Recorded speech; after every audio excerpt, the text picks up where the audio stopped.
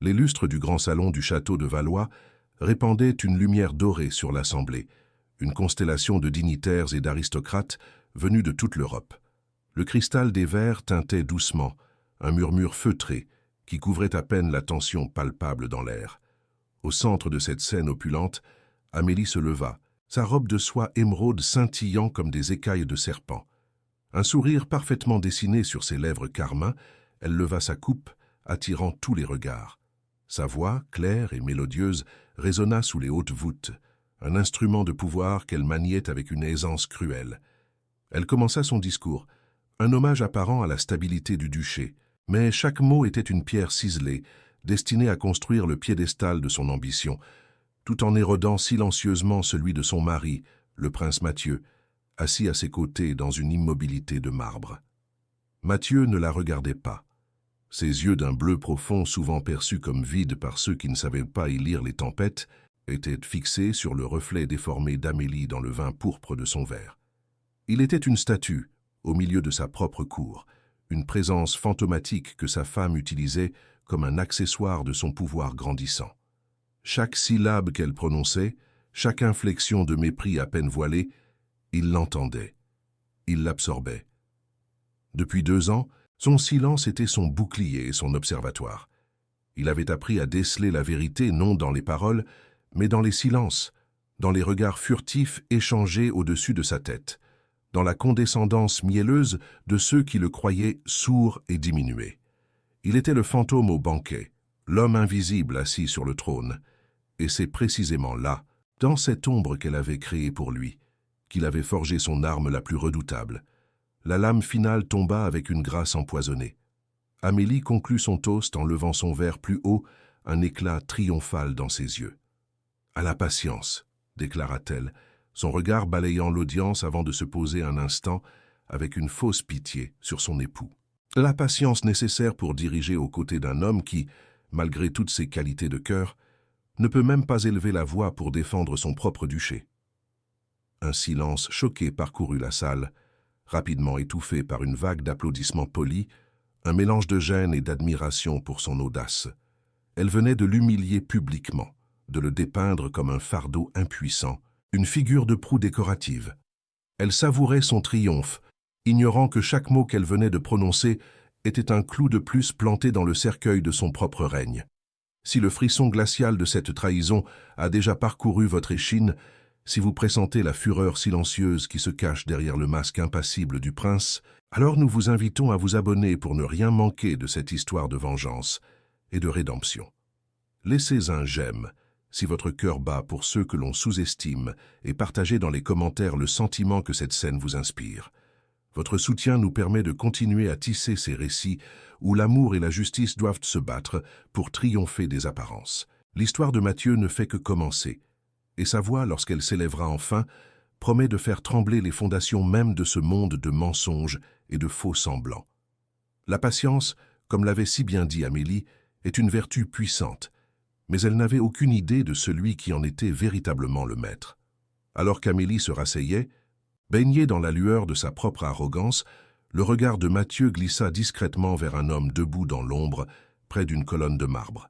C'était son interprète officiel, un homme que la cour considérait comme une simple extension de la volonté du prince silencieux. Pour un battement de cils, leurs yeux se rencontrèrent. Un imperceptible hochement de tête de la part de Mathieu fut la seule communication. Un signal. L'acte final était enclenché. Ce n'était plus une question de défense, mais d'attaque. Chaque dîner, chaque réunion du conseil, chaque conversation murmurée en sa présence, qu'elle croyait inoffensive, avait été méticuleusement enregistrée, non sur une bande, mais dans la mémoire infaillible d'un homme qui avait transformé sa prétendue faiblesse en une toile d'araignée. Amélie était au centre, se croyant la reine, sans voir les fils qui se resserraient déjà autour d'elle. Elle venait de commettre l'erreur fatale de confondre le silence avec la soumission. Dans l'esprit de Mathieu, le plan, poli par des mois de patience et de douleur contenue, atteignait sa perfection. Il la laisserait savourer cette victoire éphémère, la laisserait s'enivrer de son pouvoir jusqu'à ce qu'elle soit si haut qu'elle ne verrait pas le sol se dérober sous ses pieds. Ce soir, Elle avait donné à son mari la justification publique dont il avait besoin. Sa chute ne serait pas seulement une affaire privée, mais un spectacle, un avertissement pour tous ceux qui avaient dansé à sa mélodie cruelle. Mais pour comprendre comment la haine avait pu s'enraciner si profondément sous le vernis doré de ce mariage princier, il fallait revenir en arrière. Il fallait remonter le temps de 2 ans, au jour où leur destin fut scellé par un contrat aussi froid et impersonnel que les murs de pierre de ce château. 2 ans avant cette nuit de triomphe illusoire, le château de Valois n'était pour Amélie qu'un nom lointain, une entité politique dont elle se souciait peu. Son monde était Paris, un univers de bals scintillants, de vernissage et de chuchotements dans les salons privés de l'avenue Foch. Elle était l'héritière de la fortune de Valois-Beaumont, une dynastie industrielle dont le nom était synonyme de luxe et d'influence. Mais les fondations de ce monde s'étaient effondrées avec la rapidité d'un château de cartes balayé par un vent mauvais. La faillite de son père, brutale et spectaculaire, avait tout emporté. Les créanciers, tels des vautours, avaient dépouillé leur hôtel particulier, laissant derrière eux des murs nus où subsistaient les fantômes des tableaux de maître et le silence assourdissant de la disgrâce. Amélie se souvenait de l'odeur de la cire d'abeille et des lys frais, remplacés par celle âcre de la poussière et du désespoir. Elle errait alors dans les pièces vides, une silhouette élégante perdue dans les ruines de sa propre vie. Ses doigts effleuraient le velours usé des murs, traçant les contours pâles laissés par les meubles vendus à la hâte. Chaque objet disparu était un souvenir arraché, chaque porte fermée par les huissiers, un avenir scellé. La honte était un poison lent qui s'infiltrait dans ses veines. Elle voyait le reflet de son visage dans les vitres sales, un masque de fierté fissuré par une angoisse qu'elle refusait de laisser paraître. C'est dans ce dénuement, dans cette humiliation publique, que la graine de son ambition impitoyable a commencé à germer. Elle s'est jurée, dans le silence glacial de sa chambre démeublée, qu'elle ne serait plus jamais impuissante. Elle ne serait plus jamais à la merci des hommes, de leur incompétence ou de leur pitié. Le monde lui avait tout pris, elle le forcerait à tout lui rendre au centuple. La dette n'était pas seulement financière, elle était devenue une tache indélébile sur son nom. Le nom de Valois-Beaumont, autrefois un sésame, était désormais murmuré avec un mélange de mépris et de commisération. Les invitations se tarirent. Les amis d'hier traversèrent la rue pour l'éviter. Elle apprit à supporter les regards, à transformer la douleur en une armure de froideur. Sa vulnérabilité était totale, sans argent, sans relation, avec pour seul héritage un nom prestigieux mais souillé. C'est cette vulnérabilité qui attira l'attention des conseillers du lointain duché. Ils cherchaient une épouse pour leur prince silencieux, une femme dont le lignage ancien pourrait polir une couronne ternie par l'absence d'héritier et la curieuse affliction de son souverain. Amélie était la candidate parfaite, désespérée, mais dotée d'un pedigree impeccable. Elle était un pion magnifique sur leur échiquier politique. Un jour, une lettre arriva. Le papier était épais, crème, scellé par un blason qu'elle reconnut à peine. Elle la lut dans le petit appartement loué qu'elle partageait avec sa mère, un lieu exigu dont les murs semblaient se refermer sur elle. La proposition était directe, presque brutale dans son manque de sentimentalité. Un mariage, une union avec le prince Mathieu en échange de l'effacement complet des dettes de sa famille et d'une rente à vie pour ses parents. Le contrat était clair. Son nom et sa capacité à donner un héritier contre la sécurité et le pouvoir. On y décrivait le prince comme un homme de grande bonté, mais de santé fragile. Un homme qui avait besoin d'une femme forte à ses côtés. Une marionnette, comprit-elle instantanément.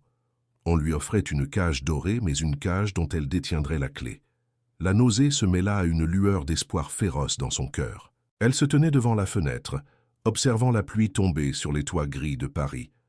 La ville qui l'avait couronnée puis rejetée lui paraissait laide et hostile. Le contrat était posé sur la table, une porte ouverte vers un autre monde. Épouser un homme considéré comme un infirme, un être diminué que la cour manipulait à sa guise. L'idée la révulsait, son orgueil se rebellait. Mais ensuite, le souvenir de la faim, du froid, des sourires condescendants de ses anciennes rivales lui revint en mémoire. La pitié était une mort lente, bien pire que le sacrifice. Elle ne serait pas la femme d'un prince, elle serait le pouvoir derrière le trône.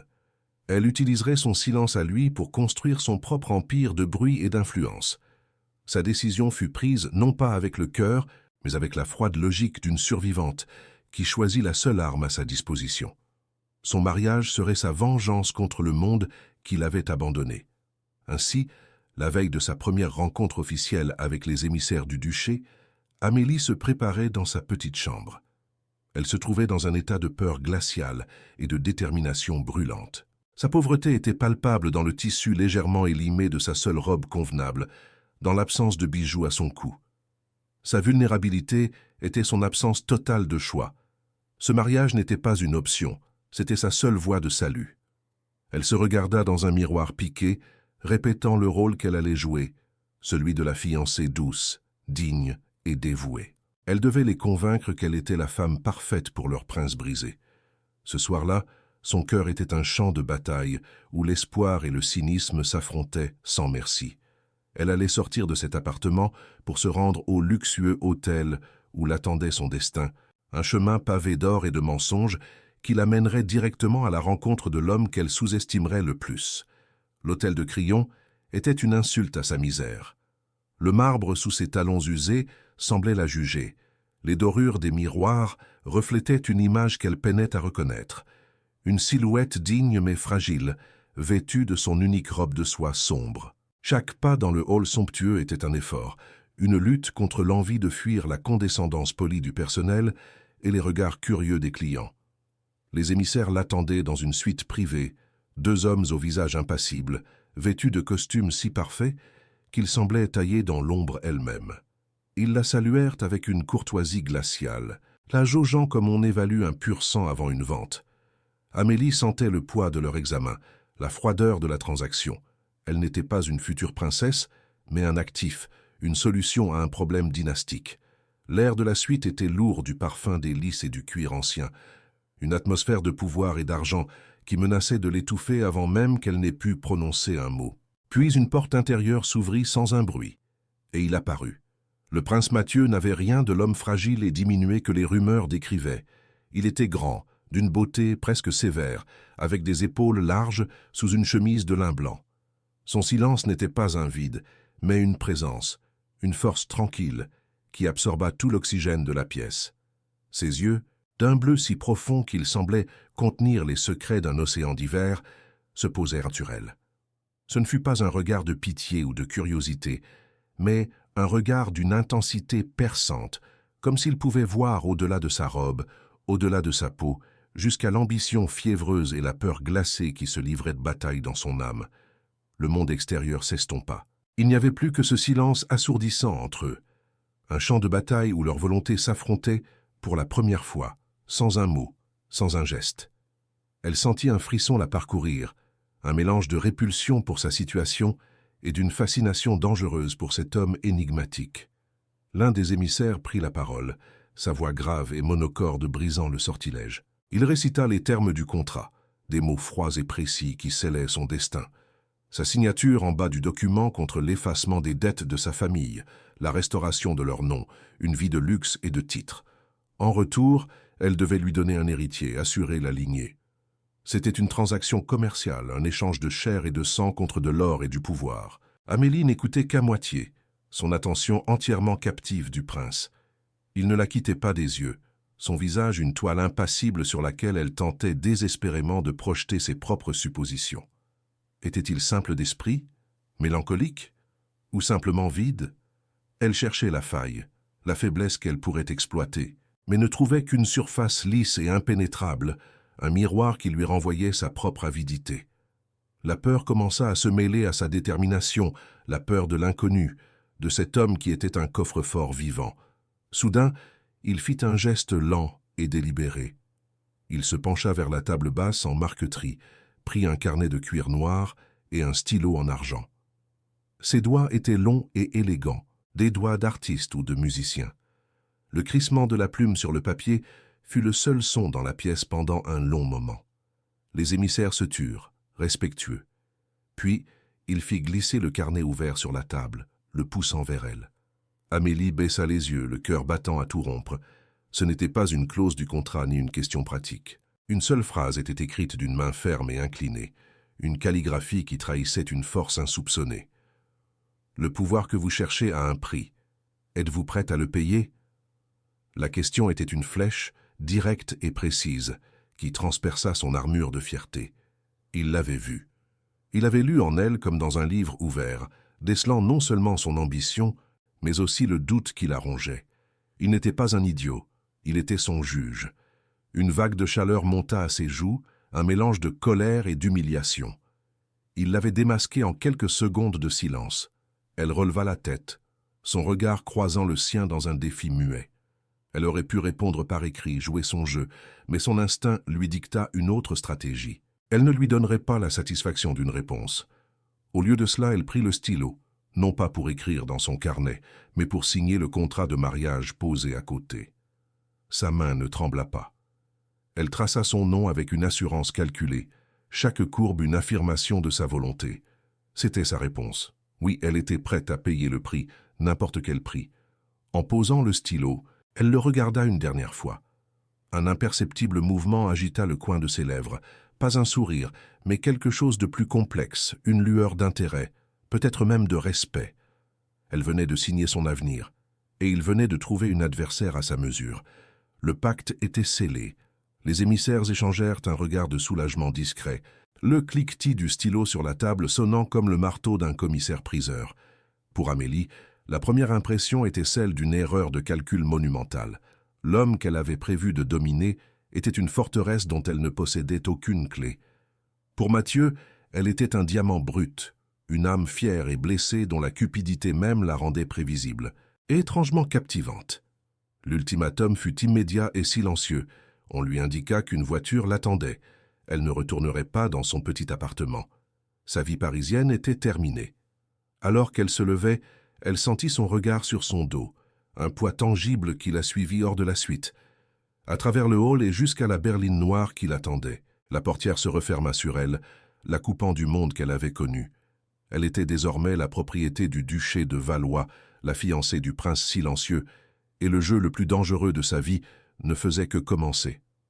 La berline noire glissa à travers les grilles monumentales du domaine de Valois, comme une ombre s'infiltrant dans un royaume de pierre et de silence. Le château se dressait devant elle, non pas comme une demeure, mais comme une forteresse, ses tours perçant un ciel d'ardoise avec une arrogance froide.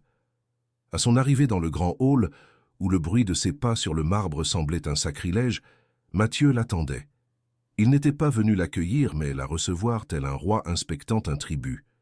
Il se tenait près d'une cheminée éteinte, sa haute silhouette se découpant sur la tapisserie ancienne. Pas un mot, pas un geste de bienvenue. Son regard la balaya, intense et inquisiteur, la jaugeant sans la moindre chaleur.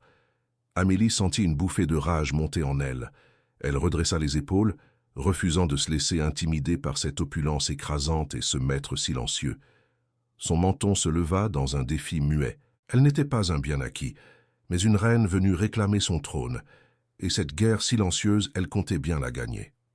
On la conduisit à ses appartements, une suite somptueuse dans l'aile ouest, dont les fenêtres donnaient sur des jardins à la française d'une perfection géométrique et glaciale. Le luxe était partout, dans la soie des tentures, le bois précieux des meubles, la finesse des porcelaines. Mais c'était un luxe sans vie, une cage dorée conçue pour l'isoler. Une femme de chambre âgée, au visage sévère et au chignon impeccable, se présenta comme Madame Dubois, la gouvernante. Sa loyauté, Amélie le comprit instantanément, n'appartenait qu'au prince. Chaque instruction qu'elle donnait était empreinte d'une déférence polie mais ferme, qui laissait entendre qu'Amélie n'était qu'une invitée de passage, une consorte dont le pouvoir était inexistant. Lorsqu'elle tenta de donner un ordre direct concernant le réaménagement d'un petit salon, la gouvernante répondit calmement que « Son Altesse » préférait que les choses restent en l'état. Chaque porte, chaque couloir, chaque serviteur lui rappelait que ce monde avait des règles immuables et que le maître du jeu était l'homme qui ne parlait jamais. Les semaines se transformèrent en mois, s'écoulant au rythme imperturbable des saisons dans les jardins du château. Leur vie commune se résumait à une série de rituels silencieux dont le plus tendu était le dîner quotidien. Ils s'asseyaient l'un en face de l'autre à la longue table de la salle à manger, séparés par un océan de bois poli et de silence. Seul le tintement de l'argenterie contre la porcelaine brisait le calme pesant. Amélie utilisait ces moments comme un champ de bataille. Elle lui lançait des regards provocateurs, des sourires ironiques, murmurait des commentaires acerbes à l'intention des domestiques, sachant pertinemment qu'il était censé ne rien entendre. Mais Mathieu restait impassible, un masque de marbre. Ses yeux, cependant, ne la quittèrent jamais. Il la suivait, la disséquait, la mettait à nu avec une intensité qui la faisait frissonner. Parfois, il lui tendait une note écrite de sa main élégante, une question banale sur sa journée qui ressemblait davantage à un interrogatoire. Chaque repas était un duel, une épreuve de force où la haine se mêlait à une étrange et dangereuse fascination. Pour briser la monotonie de leur guerre froide, Amélie commença à explorer les dynamiques de la cour. Elle organisa une petite réception, invitant quelques membres influents de l'aristocratie locale, dont le cousin du prince, le baron de Rochefort. C'était un homme charmant, à la conversation facile et aux yeux pétillants de malice, tout l'opposé de Mathieu. Amélie usa de tout son charme, engageant le baron dans une conversation animée, riant à ses plaisanteries, lui permettant une familiarité calculée. Elle le faisait pour tester les limites, pour voir si une fissure apparaîtrait sur le visage de son mari. De l'autre côté de la pièce, Mathieu les observait. Pour la première fois, elle crut déceler quelque chose dans son regard. Ce n'était pas de la jalousie, mais une lueur froide, une évaluation analytique qui la glaça. Il ne voyait pas un flirt, il voyait une manœuvre politique. Elle comprit alors que le jeu était bien plus complexe qu'elle ne l'avait imaginé, et que son adversaire voyait chacun de ses mouvements sur l'échiquier. Une nuit, incapable de trouver le sommeil, elle erra dans les couloirs silencieux du château. Une faible lumière filtrait dessous la porte de la grande bibliothèque. Poussée par la curiosité, elle regarda à travers l'entrebâillement.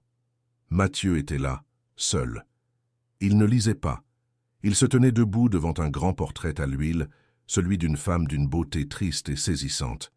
C'était sa mère. Pour la première fois, le masque de prince impassible était tombé. Sur son visage, Amélie vit une vulnérabilité si profonde, une douleur si ancienne qu'elle en eut le souffle coupé. C'était le chagrin d'un enfant perdu, la blessure jamais refermée qui avait forgé l'homme silencieux. Un sentiment inconnu la traversa, une pointe de pitié, presque de l'empathie, qui la troubla profondément. Il sentit sa présence, se retourna brusquement et en une fraction de seconde, le mur de glace fut de retour, plus haut et plus froid que jamais. Il lui fit un signe de tête, bref, un congédiement sans appel, la laissant seule dans le couloir avec le fantôme de ce qu'elle venait d'entrevoir. 2 années s'étaient écoulées depuis son arrivée. 2 années d'une cohabitation glaciale qui avait évolué en une forme de dépendance toxique, une guerre d'usure où chaque silence était une arme et chaque regard un coup porté. Leur relation était un nœud inextricable de mépris, de fascination réticente et de solitude partagée. Les personnages secondaires de leur drame étaient en place. Jean-Luc, l'interprète, ombre fidèle et insondable du prince, Madame Dubois, la gardienne inflexible de son domaine, et le baron de Rochefort, l'allié potentiel dont l'allégeance restait incertaine. L'arène pour l'affrontement final se préparait. Le grand dîner d'État annuel approchait, un événement diplomatique majeur où tout le duché aurait les yeux rivés sur eux. Pour Amélie, c'était l'occasion rêvée. Elle allait prononcer un discours, un chef-d'œuvre de rhétorique empoisonnée destiné à le dépeindre comme un souverain faible et inapte, consolidant ainsi son propre pouvoir auprès du Conseil. Elle passait ses nuits à le rédiger, savourant chaque mot cruel, persuadée que son triomphe était imminent. Elle ne voyait pas le piège qui se refermait lentement sur elle. Les lustres du grand salon du château de Valois répandaient une lumière dorée sur l'assemblée, une constellation de dignitaires et d'aristocrates venus de toute l'Europe. Le cristal des verres tintait doucement, un murmure feutré qui couvrait à peine la tension palpable dans l'air. Au centre de cette scène opulente, Amélie se leva, sa robe de soie émeraude scintillant comme des écailles de serpent. Un sourire parfaitement dessiné sur ses lèvres carmin, elle leva sa coupe, attirant tous les regards. Sa voix, claire et mélodieuse, résonna sous les hautes voûtes, un instrument de pouvoir qu'elle maniait avec une aisance cruelle. Elle commença son discours, un hommage apparent à la stabilité du duché, mais chaque mot était une pierre ciselée, destinée à construire le piédestal de son ambition, tout en érodant silencieusement celui de son mari, le prince Mathieu, assis à ses côtés dans une immobilité de marbre. Mathieu ne la regardait pas. Ses yeux d'un bleu profond, souvent perçus comme vides par ceux qui ne savaient pas y lire les tempêtes, étaient fixés sur le reflet déformé d'Amélie dans le vin pourpre de son verre. Il était une statue, au milieu de sa propre cour, une présence fantomatique que sa femme utilisait comme un accessoire de son pouvoir grandissant. Chaque syllabe qu'elle prononçait, chaque inflexion de mépris à peine voilée, il l'entendait, il l'absorbait. Depuis 2 ans, son silence était son bouclier et son observatoire. Il avait appris à déceler la vérité non dans les paroles, mais dans les silences, dans les regards furtifs échangés au-dessus de sa tête, dans la condescendance mielleuse de ceux qui le croyaient sourd et diminué. Il était le fantôme au banquet, l'homme invisible assis sur le trône, et c'est précisément là, dans cette ombre qu'elle avait créée pour lui, qu'il avait forgé son arme la plus redoutable. La lame finale tomba avec une grâce empoisonnée. Amélie conclut son toast en levant son verre plus haut, un éclat triomphal dans ses yeux.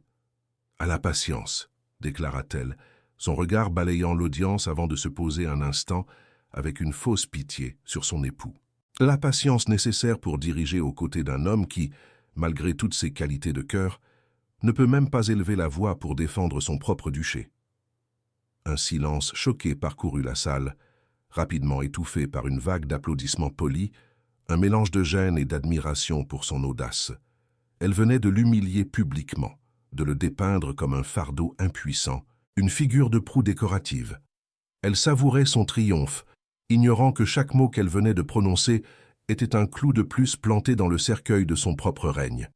Si le frisson glacial de cette trahison a déjà parcouru votre échine, si vous pressentez la fureur silencieuse qui se cache derrière le masque impassible du prince, alors nous vous invitons à vous abonner pour ne rien manquer de cette histoire de vengeance et de rédemption. Laissez un j'aime si votre cœur bat pour ceux que l'on sous-estime et partagez dans les commentaires le sentiment que cette scène vous inspire.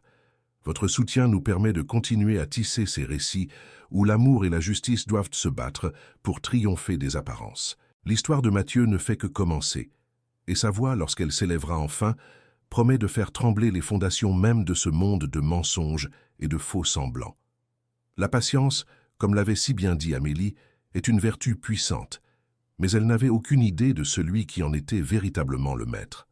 Alors qu'Amélie se rasseyait, baignée dans la lueur de sa propre arrogance, le regard de Mathieu glissa discrètement vers un homme debout dans l'ombre, près d'une colonne de marbre. C'était son interprète officiel, un homme que la cour considérait comme une simple extension de la volonté du prince silencieux.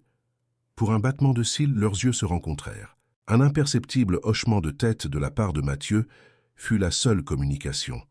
Un signal. L'acte final était enclenché. Ce n'était plus une question de défense, mais d'attaque.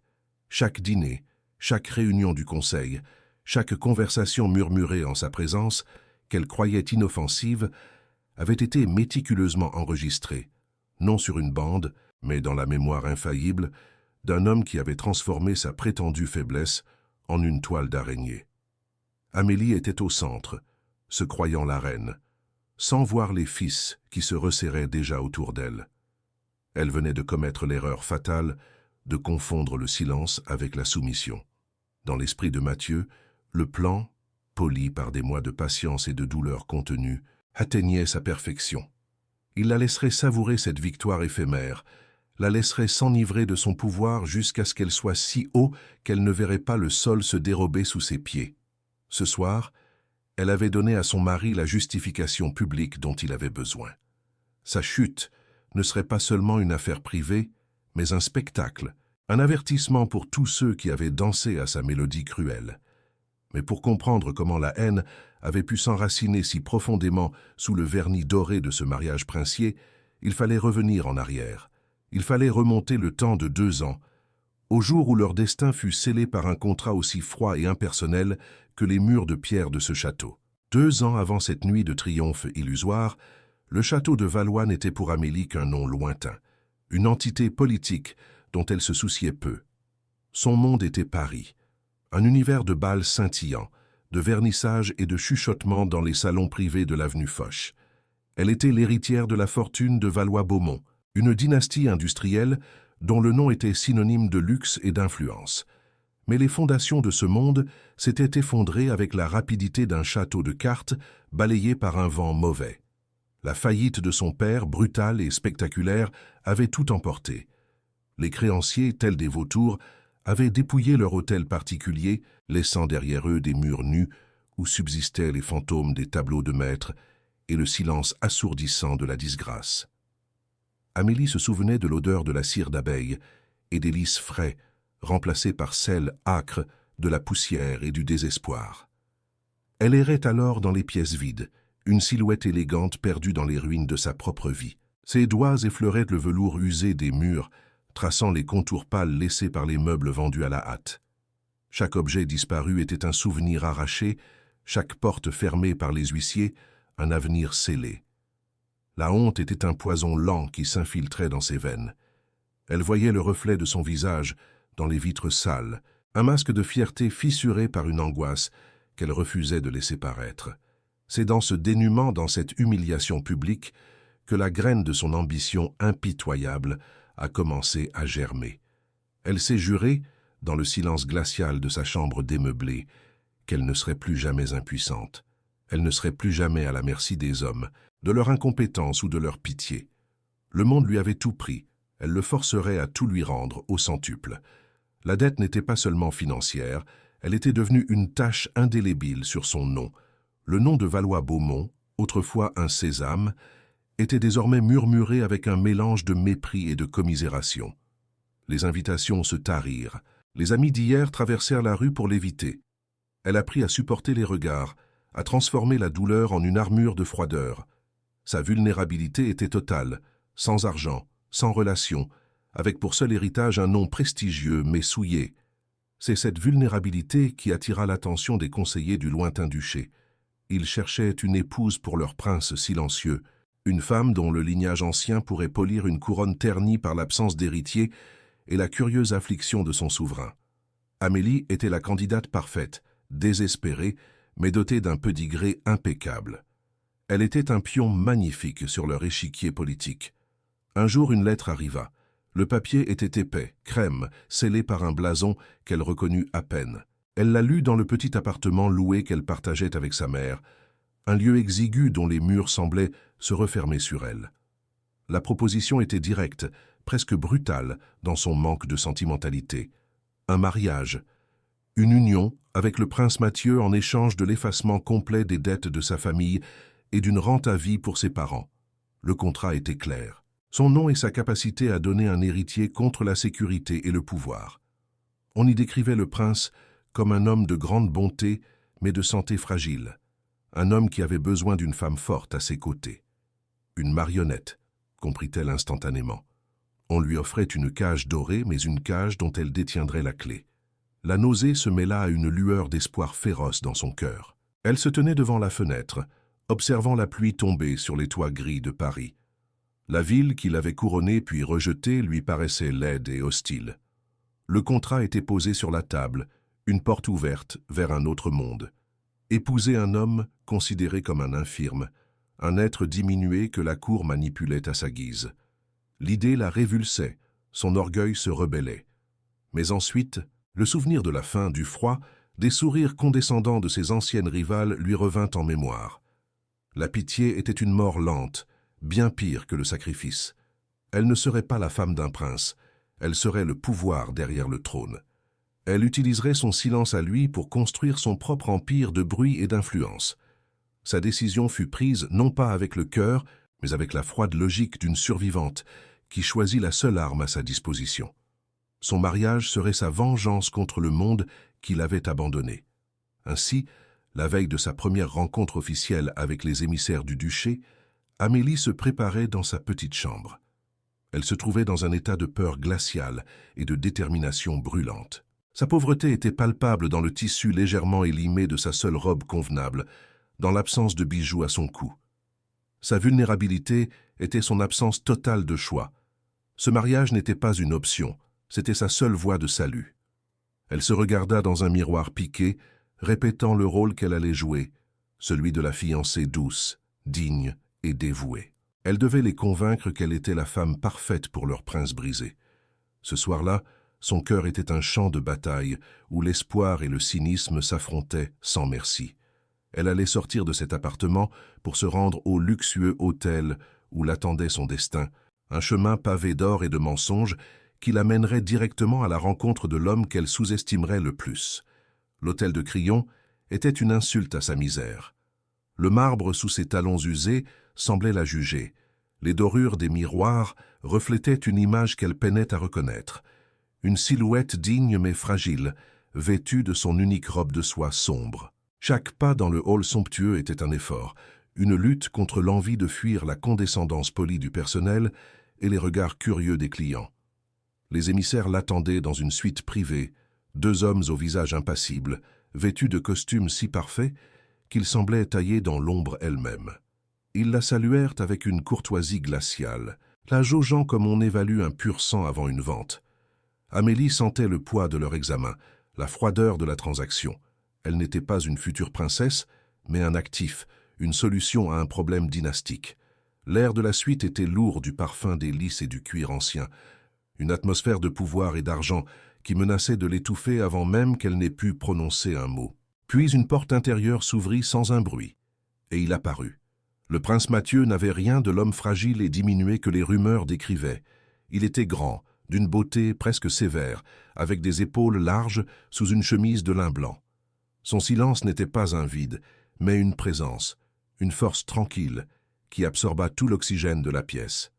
Ses yeux, d'un bleu si profond qu'il semblait contenir les secrets d'un océan d'hiver, se posèrent sur elle.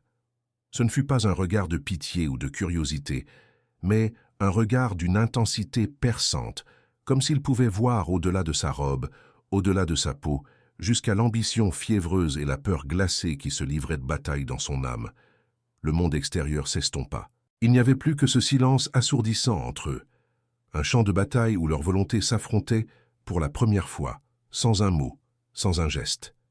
Elle sentit un frisson la parcourir, un mélange de répulsion pour sa situation et d'une fascination dangereuse pour cet homme énigmatique. L'un des émissaires prit la parole, sa voix grave et monocorde brisant le sortilège. Il récita les termes du contrat, des mots froids et précis qui scellaient son destin. Sa signature en bas du document contre l'effacement des dettes de sa famille, la restauration de leur nom, une vie de luxe et de titres. En retour, elle devait lui donner un héritier, assurer la lignée. C'était une transaction commerciale, un échange de chair et de sang contre de l'or et du pouvoir. Amélie n'écoutait qu'à moitié, son attention entièrement captive du prince. Il ne la quittait pas des yeux, son visage une toile impassible sur laquelle elle tentait désespérément de projeter ses propres suppositions. Était-il simple d'esprit, mélancolique, ou simplement vide? Elle cherchait la faille, la faiblesse qu'elle pourrait exploiter, mais ne trouvait qu'une surface lisse et impénétrable, un miroir qui lui renvoyait sa propre avidité. La peur commença à se mêler à sa détermination, la peur de l'inconnu, de cet homme qui était un coffre-fort vivant. Soudain, il fit un geste lent et délibéré.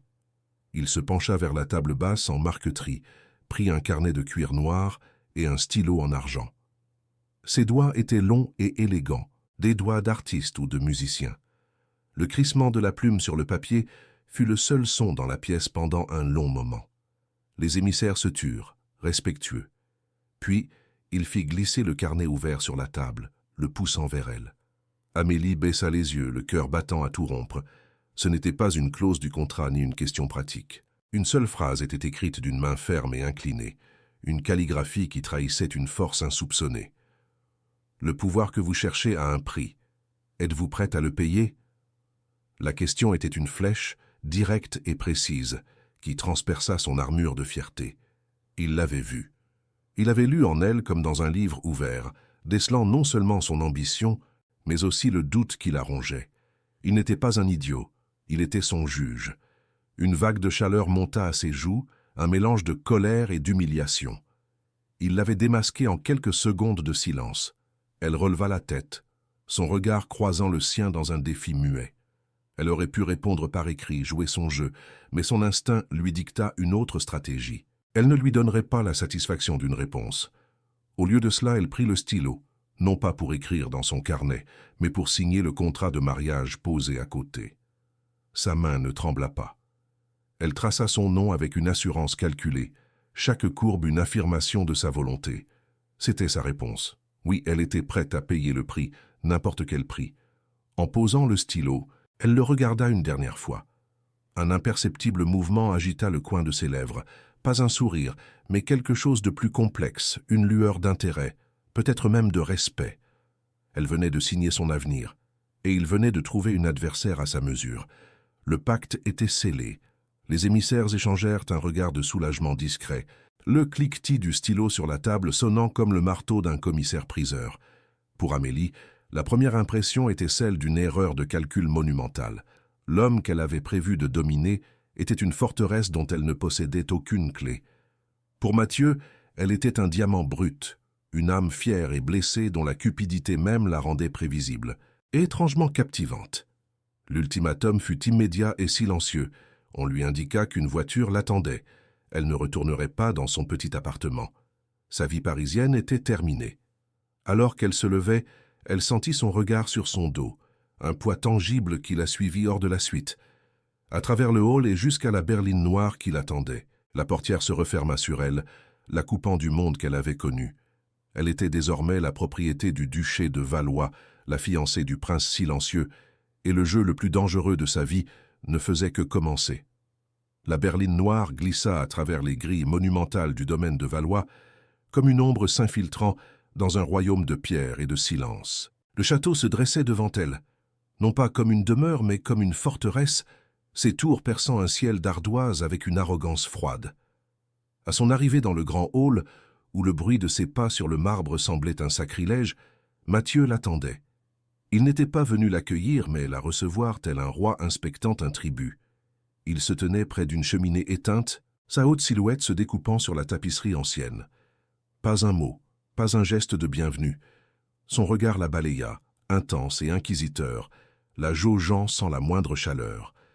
Amélie sentit une bouffée de rage monter en elle. Elle redressa les épaules, refusant de se laisser intimider par cette opulence écrasante et ce maître silencieux. Son menton se leva dans un défi muet. Elle n'était pas un bien acquis, mais une reine venue réclamer son trône, et cette guerre silencieuse, elle comptait bien la gagner.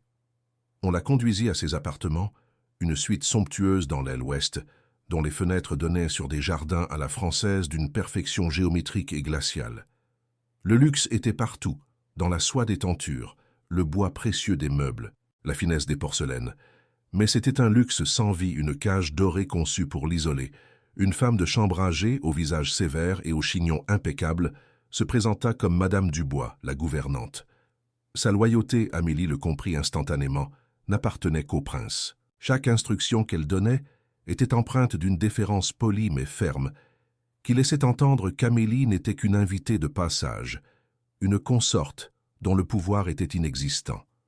Lorsqu'elle tenta de donner un ordre direct concernant le réaménagement d'un petit salon, la gouvernante répondit calmement que Son Altesse préférait que les choses restent en l'état. Chaque porte, chaque couloir, chaque serviteur lui rappelait que ce monde avait des règles immuables et que le maître du jeu était l'homme qui ne parlait jamais. Les semaines se transformèrent en mois, s'écoulant au rythme imperturbable des saisons dans les jardins du château. Leur vie commune se résumait à une série de rituels silencieux dont le plus tendu était le dîner quotidien. Ils s'asseyaient l'un en face de l'autre à la longue table de la salle à manger, séparés par un océan de bois poli et de silence. Seul le tintement de l'argenterie contre la porcelaine brisait le calme pesant. Amélie utilisait ces moments comme un champ de bataille. Elle lui lançait des regards provocateurs, des sourires ironiques, murmurait des commentaires acerbes à l'intention des domestiques, sachant pertinemment qu'il était censé ne rien entendre. Mais Mathieu restait impassible, un masque de marbre. Ses yeux, cependant, ne la quittèrent jamais. Il la suivait, la disséquait, la mettait à nu avec une intensité qui la faisait frissonner. Parfois, il lui tendait une note écrite de sa main élégante, une question banale sur sa journée qui ressemblait davantage à un interrogatoire. Chaque repas était un duel, une épreuve de force où la haine se mêlait à une étrange et dangereuse fascination. Pour briser la monotonie de leur guerre froide, Amélie commença à explorer les dynamiques de la cour. Elle organisa une petite réception, invitant quelques membres influents de l'aristocratie locale, dont le cousin du prince, le baron de Rochefort. C'était un homme charmant, à la conversation facile et aux yeux pétillants de malice, tout l'opposé de Mathieu. Amélie usa de tout son charme, engageant le baron dans une conversation animée, riant à ses plaisanteries, lui permettant une familiarité calculée. Elle le faisait pour tester les limites, pour voir si une fissure apparaîtrait sur le visage de son mari. De l'autre côté de la pièce, Mathieu les observait. Pour la première fois, elle crut déceler quelque chose dans son regard. Ce n'était pas de la jalousie, mais une lueur froide, une évaluation analytique qui la glaça. Il ne voyait pas un flirt, il voyait une manœuvre politique.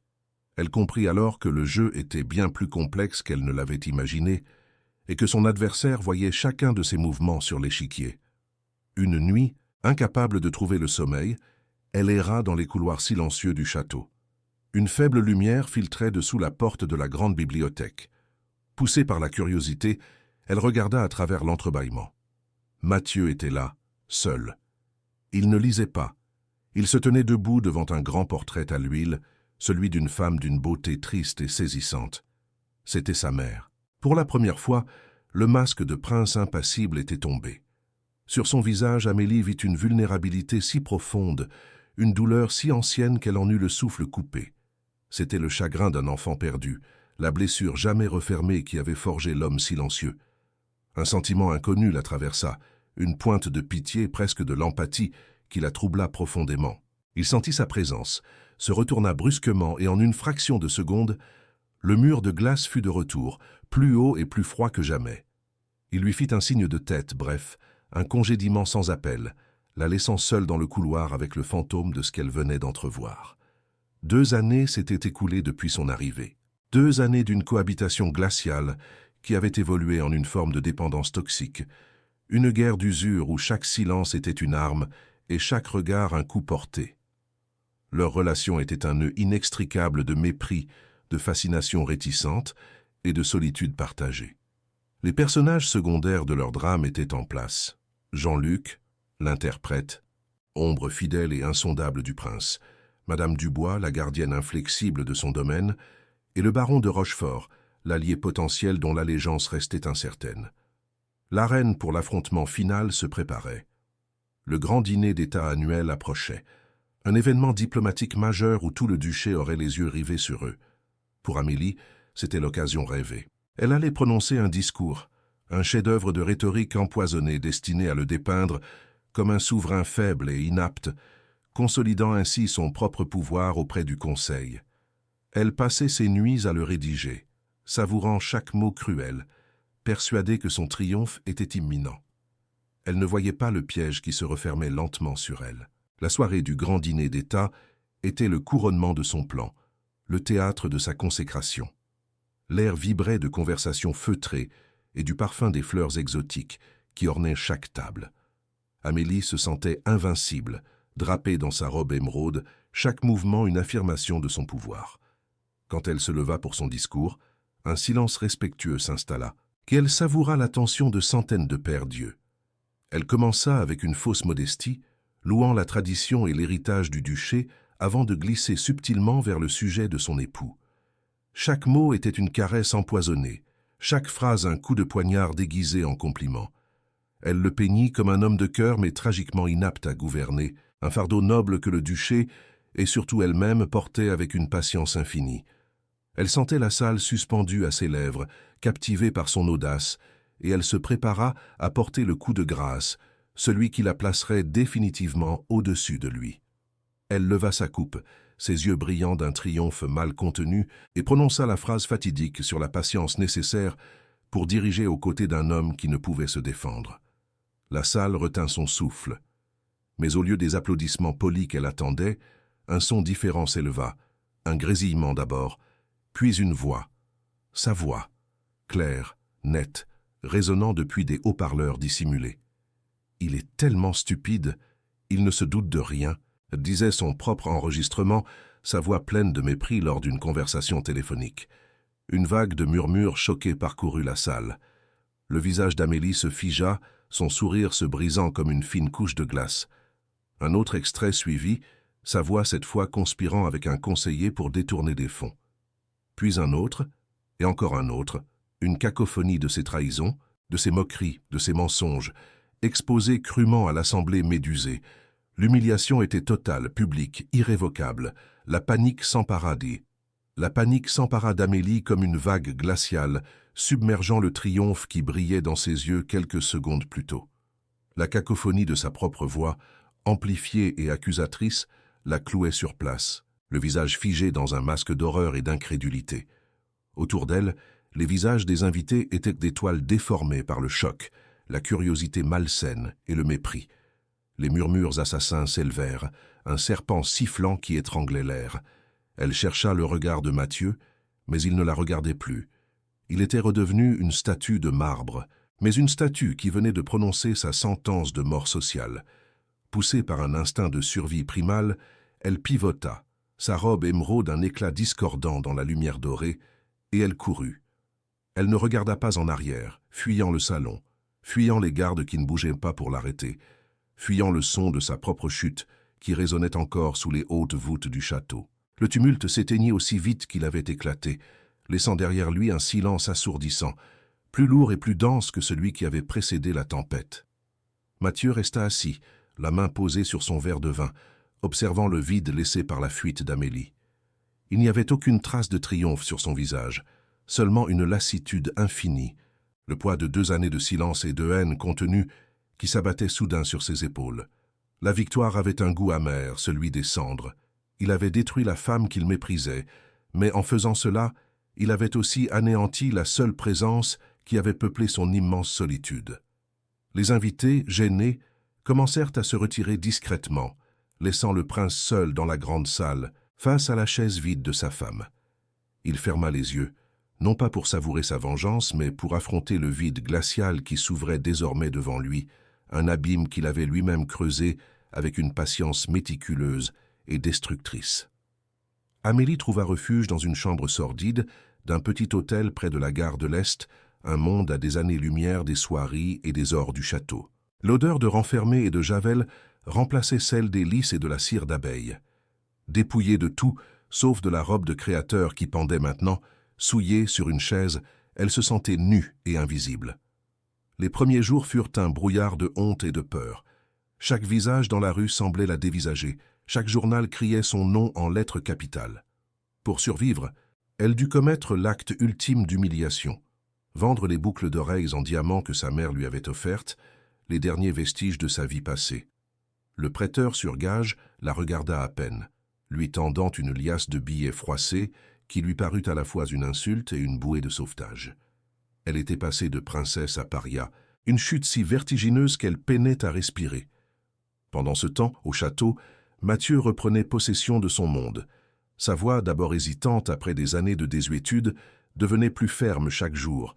Il congédia les conseillers complices d'Amélie, restructura les finances du duché avec une compétence qui stupéfia ceux qui le croyaient simple d'esprit. Mais chaque soir, le silence revenait, plus implacable que jamais. Il se retrouvait à errer dans les appartements d'Amélie, désormais vides et froids. Le parfum de son absence flottait encore dans l'air, un fantôme tenace. Il toucha la soie d'une de ses robes laissées dans la penderie, et un sentiment complexe, un mélange de colère et d'un manque inexplicable, lui serra la gorge. Ce n'était pas de l'amour, mais la conscience aiguë d'un lien, même toxique, qui avait été rompu. Il convoqua Jean-Luc, son chef de la sécurité.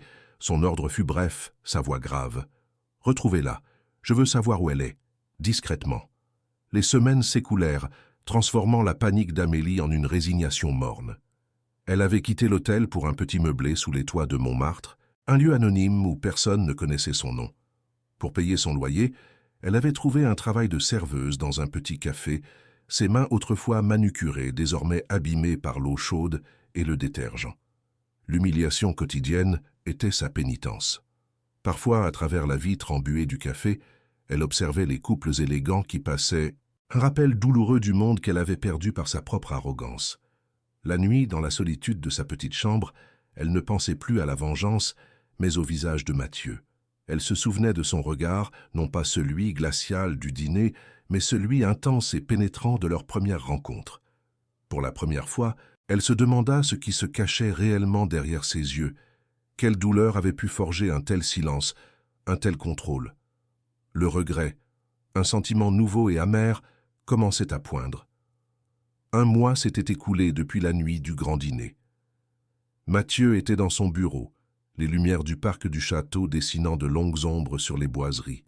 Jean-Luc se tenait devant lui, silencieux, posant un mince dossier sur le bureau en acajou. Le rapport était concis. Il détaillait la nouvelle vie d'Amélie à Montmartre, son travail, sa solitude, son dénuement. Il n'y avait aucune mention de complot ou de tentative de fuite. Elle survivait, simplement.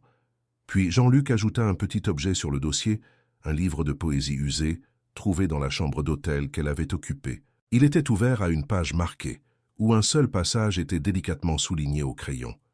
Il parlait d'un orgueil qui rend aveugle, et d'une âme que l'on ne voit qu'une fois qu'elle a disparu. Ce n'était pas une excuse, mais un écho silencieux de sa prise de conscience. Mathieu fixa le livre, puis leva les yeux vers la nuit. Sa décision était prise. Il irait la voir lui-même.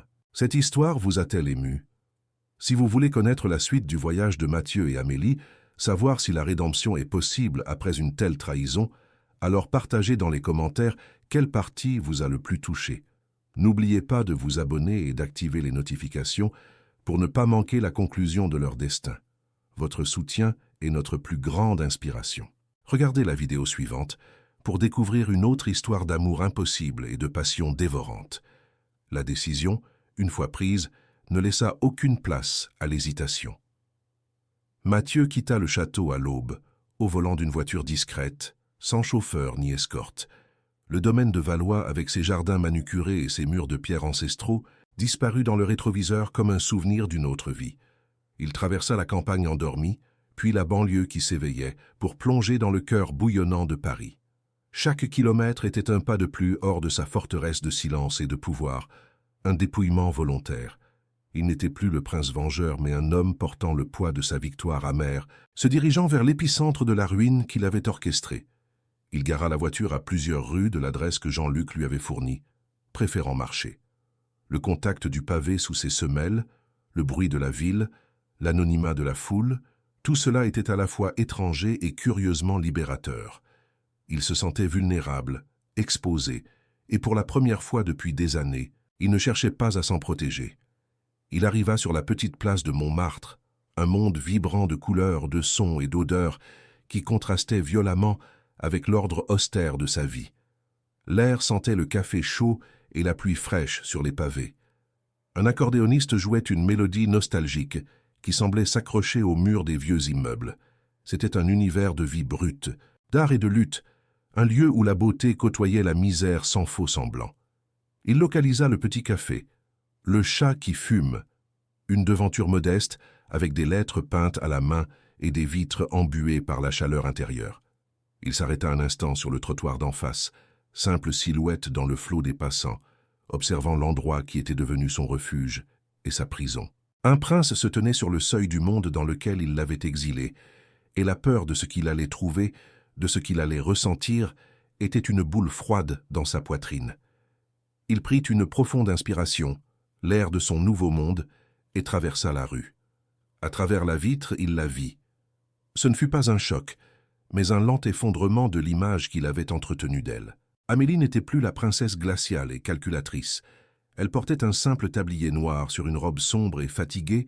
Ses cheveux, autrefois coiffés avec art, étaient retenus en une queue de cheval simple qui laissait voir la pâleur de son cou. Elle se déplaçait avec une rapidité nerveuse entre les tables exiguës, ses gestes précis, presque mécaniques.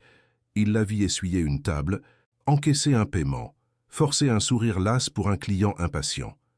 Puis, il vit un homme la bousculer sans s'excuser, la faisant presque trébucher. Elle se contenta de murmurer un pardon presque inaudible, le dos courbé sous une humiliation anonyme et quotidienne. Ce n'était plus de la haine qu'il ressentait, ni même de la pitié, mais une prise de conscience brutale. Il avait brisé son orgueil, oui, mais il avait aussi brisé la femme, la laissant seule face à la cruauté ordinaire du monde. Le tintement d'une petite cloche au-dessus de la porte annonça son entrée, un son cristallin qui déchira l'atmosphère bruyante du café. Plusieurs têtes se tournèrent, mais un seul regard compta, le sien. Leurs yeux se croisèrent par-dessus les tasses de café et les conversations interrompues. Le temps sembla se suspendre. Le plateau qu'Amélie tenait glissa de ses doigts engourdis. Les verres et les tasses heurtèrent le carrelage dans un fracas de porcelaine brisée qui fit sursauter tout le monde. Elle resta immobile, pétrifiée, le visage vidé de toute couleur. La surprise laissa place à une panique pure, la peur d'une bête traquée qui voit réapparaître le chasseur. Puis, une lueur de son ancienne fierté revint durcir ses traits, un masque fragile pour contenir le chaos de ses émotions. Il était là. Le fantôme de sa vie passée, l'architecte de sa chute, se tenait dans son présent misérable, et elle ne savait pas s'il venait pour l'achever ou pour une raison plus terrible encore. Ignorant les regards curieux et les murmures qui s'élevaient, Mathieu avança vers elle. Ses pas étaient lents, délibérés, traversant le champ de bataille de leur passé pour la rejoindre dans le présent. Il ne dit rien. Arrivé devant elle, au milieu des débris de verre et de porcelaine, il fit quelque chose d'absolument inconcevable. Il se pencha puis s'agenouilla. Le prince de Valois, l'homme qui avait fait trembler la cour avec sa vengeance silencieuse, était à genoux sur le sol sale d'un café parisien. Avec une lenteur infinie, il commença à ramasser les éclats de verre un par un. Ses longs doigts habitués à la soie et à l'argent manipulant avec soin les fragments coupants. Ce geste, cette humilité inattendue, fut plus dévastateur pour Amélie que n'importe quelle parole, n'importe quelle accusation. Il la désarma complètement. Les murs qu'elle avait érigés autour de son cœur pour survivre se fissurèrent et s'effondrèrent en un instant. Il se releva, déposa les débris sur une table voisine et la regarda enfin. Sa voix, quand il parla, était si basse qu'elle seule pouvait l'entendre, un son grave qui vibrait dans le silence qui s'était créé autour d'eux. « Je ne suis pas venu pour vous juger, Amélie. » Il marqua une pause, la laissant absorber le choc de ses mots. « Je suis venu parce que le silence est devenu une prison plus lourde que la haine. » Il sortit de la poche de son manteau le petit livre de poésie usé et le posa délicatement sur la table. « Je crois que ceci vous appartient. » C'était tout. Une confession, pas une absolution. Il ne lui offrait pas le pardon, mais quelque chose de bien plus précieux, la vérité de sa propre souffrance. La guerre était terminée. Elle le regarda, les yeux brillants de larmes qu'elle refusait de laisser couler, incapable de parler. Une nouvelle tension, fragile et terrifiante, venait de naître de leur ruine commune, la possibilité incertaine d'un dialogue après la destruction. Le silence qui s'installa entre eux était plus dense que celui des couloirs du château, vibrant non de haine, mais d'une attente insoutenable. Le bruit du café, le cliquetis des cuillères, tout semblait s'être estompé, laissant place à ce face-à-face au milieu des ruines de leur vie. Ce fut Mathieu qui le brisa, sa voix encore mal assurée par des années de désuétude, mais empreinte d'une gravité qui forçait l'écoute. « Mon silence n'a pas commencé avec vous, Amélie. Il est né d'une autre trahison, bien plus ancienne, qui a empoisonné ma jeunesse et m'a appris que la voix ne servait qu'à mentir. Je me suis muré dans cette forteresse pour me protéger, mais en vous observant, en vous écoutant, j'ai nourri une vengeance qui est devenue une prison encore plus sombre.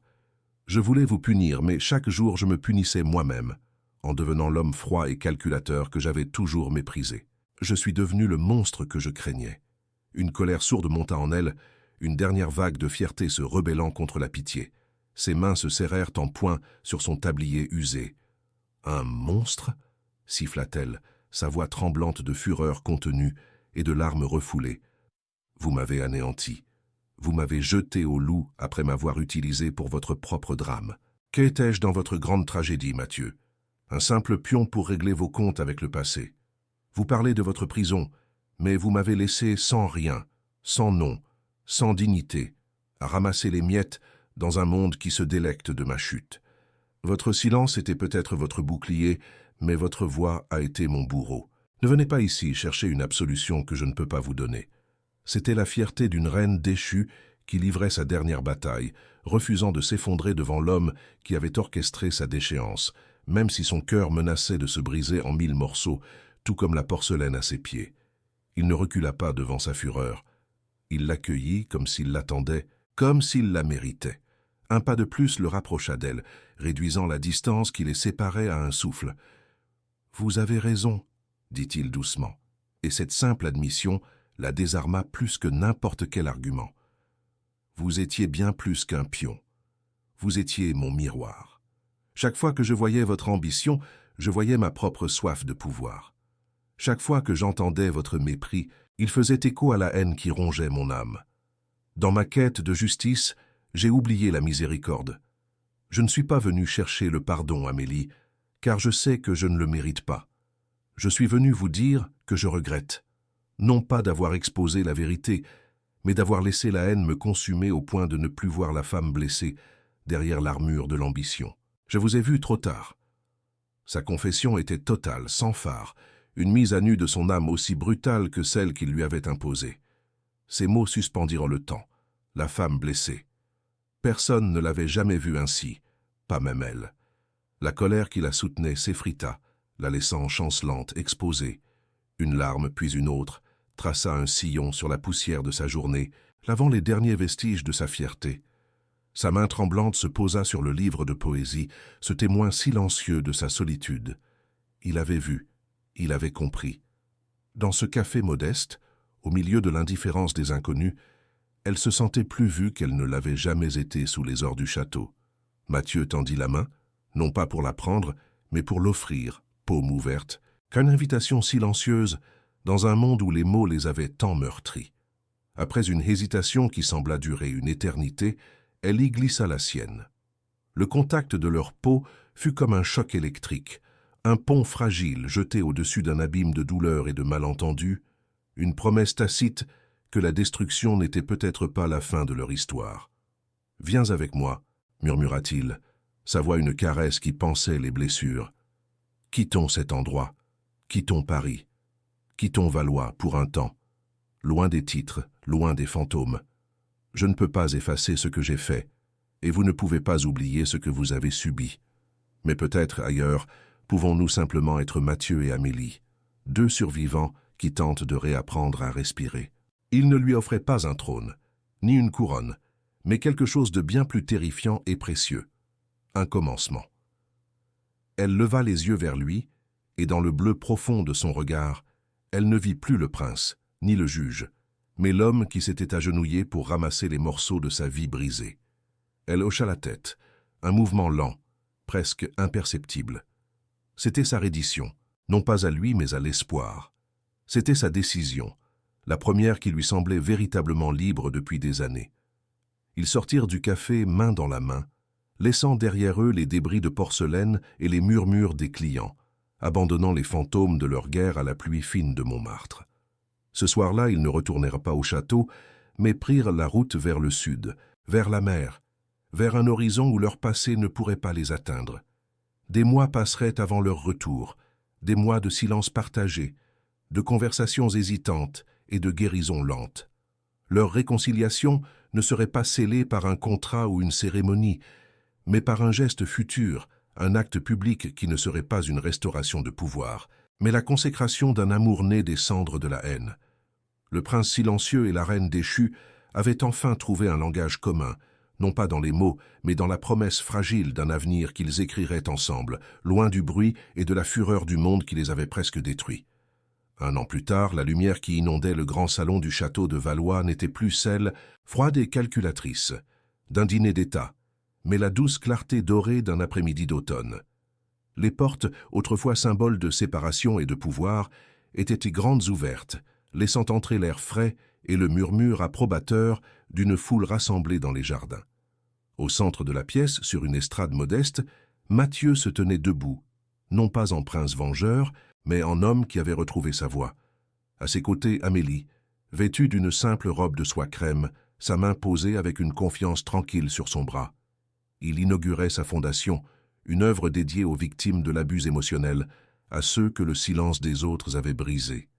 Sa voix, grave et assurée, résonnait sous les mêmes voûtes qui avaient été témoins de l'humiliation, mais elle ne portait plus le poids de la haine, seulement la force de la rédemption, transformant le lieu de leur guerre en un sanctuaire de guérison.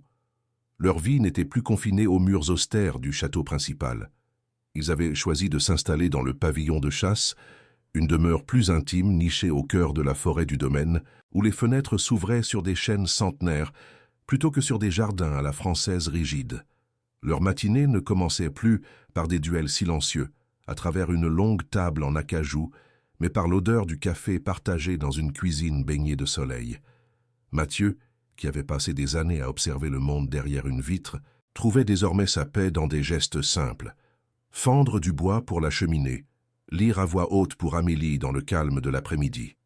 Elle, qui avait cherché le pouvoir dans les regards des autres, découvrait une force nouvelle dans l'anonymat de leur amour, dans la texture de la terre sous ses doigts, lorsqu'ils jardinaient ensemble, cultivant une vie simple et vraie loin du faste et des mensonges qui les avaient presque consumés. Un jour, sur une impulsion silencieuse, ils retournèrent à Paris, non pas comme prince et princesse, mais comme deux amants anonymes. Leur destination était l'hôtel de Crillon, le lieu même où leur pacte glacial avait été scellé. Ils s'assirent dans le même salon, au même fauteuil de velours, mais cette fois, il n'y avait ni contrat, ni émissaire, ni silence pesant. Mathieu commanda du champagne, et en levant sa coupe, il la regarda avec une tendresse qui effaça les fantômes du passé. « Au commencement, dit-il simplement, sa voix un murmure pour elle seule. Amélie lui sourit, un sourire authentique libéré de toute ambition. Elle posa sa main sur la sienne, là où elle avait autrefois signé le document qui avait failli les détruire. Le lieu de leur transaction était devenu celui de leur célébration, la preuve que même les souvenirs les plus empoisonnés pouvaient être rachetés par un amour assez courageux pour y faire face et les réécrire. Leur retour au duché fut un test silencieux. La cour, qui avait assisté avec une fascination morbide à la chute d'Amélie, les observait désormais avec un mélange de curiosité et de respect. Madame Dubois, la gouvernante autrefois si rigide, saluait maintenant Amélie avec une chaleur sincère, ayant vu en elle non plus une usurpatrice, mais la femme qui avait ramené la lumière dans les yeux de son prince. Le baron de Rochefort, autrefois un pion dans ses jeux de séduction, lui offrait une amitié franche, débarrassée de toute ambiguïté. Amélie ne cherchait plus à diriger les conseils ou à influencer les courtisans. Son pouvoir résidait ailleurs, dans le calme de son soutien à Mathieu, dans sa participation active à la fondation, où elle partageait sa propre histoire de chute et de reconstruction, avec une vulnérabilité qui touchait les cœurs bien plus profondément que ne l'avait jamais fait son arrogance passée. Les miroirs du château ne reflétaient plus des masques, mais les visages de deux personnes unies par leurs cicatrices. Un soir, une douce pluie d'hiver tambourinait contre les vitres de la grande bibliothèque. Un feu crépitait dans l'âtre, projetant des ombres dansantes sur les milliers de livres qui avaient été les seuls confidents de Mathieu pendant si longtemps. Il était assis dans un fauteuil profond, non pas en train de lire, mais de la regarder. Amélie était debout devant le portrait de sa mère, cette femme à la beauté triste qui avait été la source de sa douleur. Elle effleura la toile du bout des doigts, non pas avec pitié, mais avec une compréhension silencieuse. Puis elle se retourna vers lui, traversa la pièce et vint s'asseoir sur l'accoudoir de son fauteuil, se blottissant contre lui. Il passa un bras autour de ses épaules, l'attirant plus près. Aucun mot ne fut échangé. Le portrait de la mère semblait les observer avec une paix nouvelle, comme si la blessure qui avait traversé les générations était enfin pansée par l'amour silencieux et puissant de son fils et de la femme qu'il avait choisie. Il se pencha pour embrasser son front, le contact de ses lèvres, une promesse plus forte que n'importe quel vœu. La lumière du feu illuminait leurs visages, révélant la sérénité qui avait remplacé la guerre dans leurs yeux. Ils avaient voyagé à travers la haine, la vengeance et la désolation pour se retrouver dans cet havre de paix, au cœur même de la forteresse qui avait abrité leur solitude. Le château de Valois, autrefois une prison de silence et de secret, était devenu leur foyer, un lieu où deux âmes brisées avaient appris non seulement à se pardonner, mais à s'aimer. Leur silence partagé n'était plus une arme ou une armure, mais un jardin secret, un langage intime où seul leur amour, né de la plus improbable des cendres, avait désormais le droit de fleurir et de grandir éternellement.